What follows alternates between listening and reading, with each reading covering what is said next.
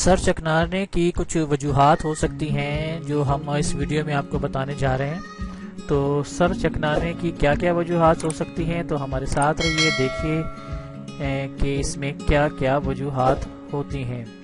تو اگر آپ اچانک کھڑے ہوں یا پھر چلتے پھرتے چکر آ جائے تو حیرت ہوتی ہے کہ اور سوال ذہن میں ضرور آئے گا کہ ایسا ہوتا کیوں ہے۔ اس کا جواب یہ ہے کہ متعدد وجوہات اس کے پیچھے ہو سکتی ہیں، جن میں کچھ سنگین بھی ہو سکتی ہیں۔ یہاں ہم آپ کو وہ ممکنہ وجوہات بتا رہے ہیں جو کہ اکثر سر چکنانے کا باعث بنتی ہیں۔ سب سے پہلے ہے جی بہت زیادہ فکر مندی۔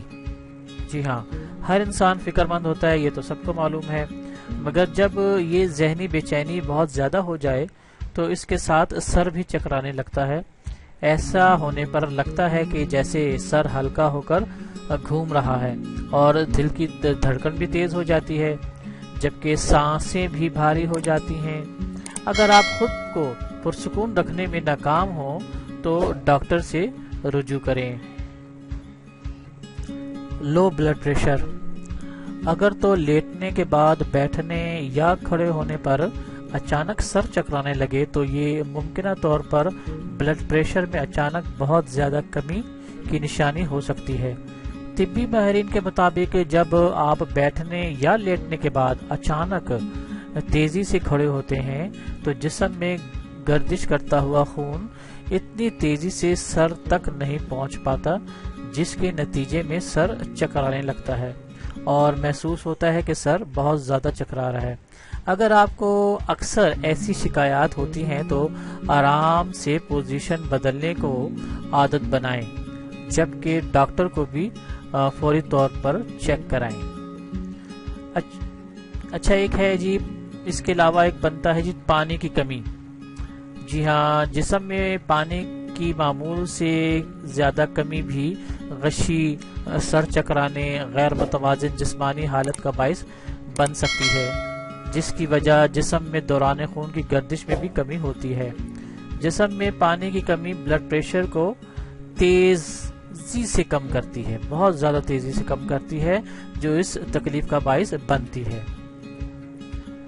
دماغی صدمے، جس سے آپ سر چکراتا ہے یا ریڑھ کی ہڈی متاثر ہو سکتی ہے۔ اگر آپ کا سر کسی چیز سے حال ہی میں ٹکرایا ہو، چاہے وہ گھر کی کوئی بھی دروازہ ہو اور کوئی بھی ایسی چیز ہو جس کے نتیجے میں سر چکرانے کی وجہ دماغی صدمہ ہو، تو عام طور پر ایسے صدمے معتدل ہوتے ہیں، مگر یہ سب دماغ میں کسی نہ کسی قسم کی انجری کا باعث بنتے ہیں۔ کسی ماہر کو دکھانے کی ضرورت ہوتی ہے، خاص طور پر اگر چوٹ لگنے کے بعد اگر سر چکرانے لگے تو یہ کیفیت چند گھنٹے یا چند ہفتے تک برقرار رہ سکتی ہے۔ کانوں کا انفیکشن۔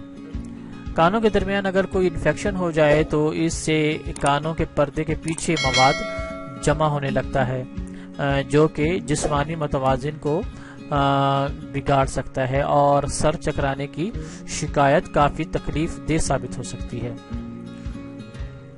وٹامن B1 کی کمی ہونا۔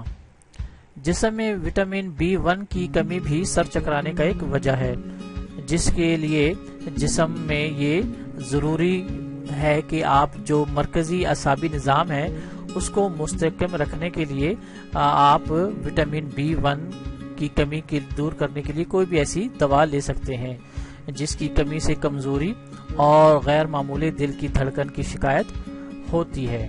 وقت گزرنے کے ساتھ یہ دل کے مسائل کا بھی باعث بن سکتی ہے، جو کہ دماغ کے جانب خون کی سپلائی میں رکاوٹ بنتی ہے، جس کی باعث سر چکرانے بھی لگتا ہے۔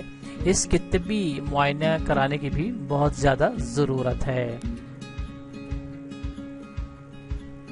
اگر آپ نے ابھی تک ہمارا چینل سبسکرائب نہیں کیا تو ابھی سبسکرائب کریں اور بیل آئیکن کو کلک کر کے ہماری لیٹسٹ ویڈیوز کے بارے میں اپڈیٹ جانیں۔